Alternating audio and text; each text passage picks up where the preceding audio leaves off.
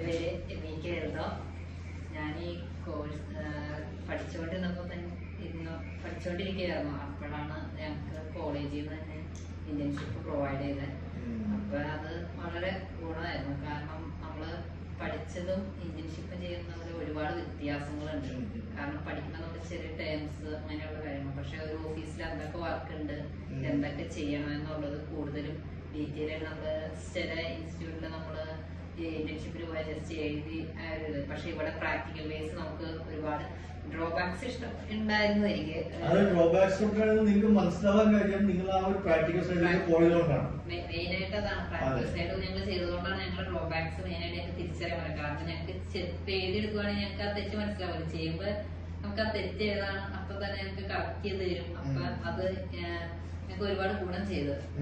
അപ്പൊ ചെയ്തു. പിന്നെ നമുക്ക് പ്രാക്ടിക്കൽ ബേസ് ഒരുപാട് ഗുണമായി.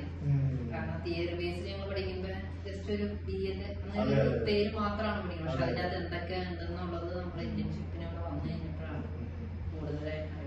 നിങ്ങളിപ്പോ ട്രെയിൻ ചെയ്ത് വെച്ചത് ദുബായ് ജോബ്സിന്റെ ബേസ് ചെയ്തിട്ടാണ്.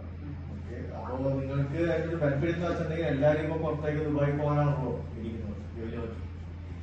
അപ്പൊ ഈ ഒരു പർട്ടിക്കുലർ ജോബ് നിങ്ങൾ പറഞ്ഞാൽ നിങ്ങൾ റെഫർ ചെയ്ത് അല്ലെങ്കിൽ എഴുതി വെച്ചേക്കാൻ നോട്ട്സ് ഉണ്ടെന്നുണ്ടെങ്കിൽ നിങ്ങൾക്ക് എത്രയും ഫാസ്റ്റ് ആയിട്ട് നിങ്ങൾക്ക് ആ ജോലിയിലേക്ക് ചെയ്തു തുടങ്ങാൻ പറ്റും. അതാണ് നമ്മൾ ഇതുകൊണ്ട് ഉദ്ദേശിച്ചത്. അത് ആ നോട്ട്സ് ഒക്കെ കറക്റ്റായിട്ട് എഴുതി വെച്ചിട്ടില്ലേ? ഈ നോട്ട്സ് പ്രകാരമല്ലേ ഇപ്പൊ ഇവിടെ നോക്കിയപ്പോൾ റെഫർ ചെയ്തല്ലേ നമുക്ക് ചെയ്തുകൊണ്ടിരുന്നത്. ഓക്കെ, സെയിം തന്നെ ആയിരിക്കും എവിടെ പോയാലും നമ്മൾ ജോലിക്ക് പോയാലും ചെയ്യേണ്ടത്. എന്തൊക്കെ ചെയ്തു പ്രധാനപ്പെട്ടത്? ഞാൻ ഇവിടെ മെയിൻ ആയിട്ട് ചെയ്തത് എക്സ്പോർട്ട് ബിഎല്, ഇമ്പോർട്ട് ബിഎല്, ട്രാൻസ്ഷിപ്മെന്റ്, ഇൻവോയ്സ്, പിന്നെ മൂവ്മെന്റിന്റെ പിക്ക് ആൻഡ് മൂവ്മെന്റ്, TDR ഒക്കെ ചെയ്തു. പിന്നെ ബിഎൽ വയ്ക്കുമ്പോ ഞാൻ ഏറ്റവും കൂടുതൽ എക്സ്പോർട്ട് ബിഎൽ തന്നെയായിരുന്നു.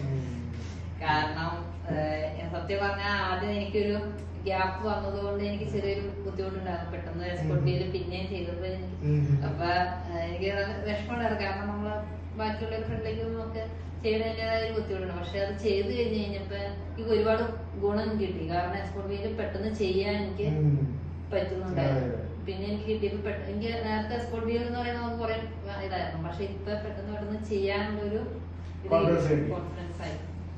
എമിയുടെ കേസിൽ ഒരു ഗുണം എന്ന് വെച്ചിട്ടുണ്ടെങ്കിൽ ആ കാല് പാടില്ലാത്തായിട്ടും പിന്നെ വന്നാൽ മതി എന്ന് പറഞ്ഞിട്ടും ആള് വന്നു കുറെ സ്ട്രഗിൾ ചെയ്തു. ഇവിടെ റോഡ് ക്രോസ് ചെയ്യാനൊക്കെ ഭയങ്കരമായിട്ട് സ്ട്രഗിൾ ചെയ്യുന്നത്. അപ്പൊ അതിൽ നിന്ന് നമ്മൾ മനസ്സിലാക്കിയത് ആൾക്ക് വലിയ താല്പര്യമുണ്ട് ചെയ്യാൻ. കാരണം വീക്ക്നെസ് മനസ്സിലായി, ഡ്രോബാക്സിന്റെ കാര്യം പറഞ്ഞത് അത് മനസ്സിലായി. അത് മനസ്സിലായപ്പോ തന്നെ നമുക്ക് നമ്മളറിയാൻ പറ്റി ആ വീക്ക്നെസ് ഓവർകം ചെയ്യാൻ വേണ്ടി നമുക്ക് എന്ത് ചെയ്യാൻ പറ്റുന്ന ഒരു പ്രിപ്പറേഷൻ വേണ്ടിയുള്ള ഒരു അവസരം കൂടി കിട്ടി അല്ലേ? ചെയ്ത് പ്രാക്ടീസ് വെച്ചിട്ട് നമുക്കത് കുറച്ച് എളുപ്പമാക്കി മാറ്റാൻ പറ്റി. അങ്ങനെ തന്നെ നമ്മൾ മുന്നോട്ട് പോകണം. ഏത് കേസിലായാലും ഏതൊരു പുതിയൊരു ജോബ് നിങ്ങൾ അറ്റൻഡ് ചെയ്താലും ഈ പ്രാക്ടീസ് കൂടിയാണ് നമ്മൾ അതിൽ മാസ്റ്റർ ആവുന്നത് എപ്പോഴും. ഓക്കെ, അതിൽ പേടിച്ച് വെച്ചിരിക്കുകയും ചെയ്യരുത്.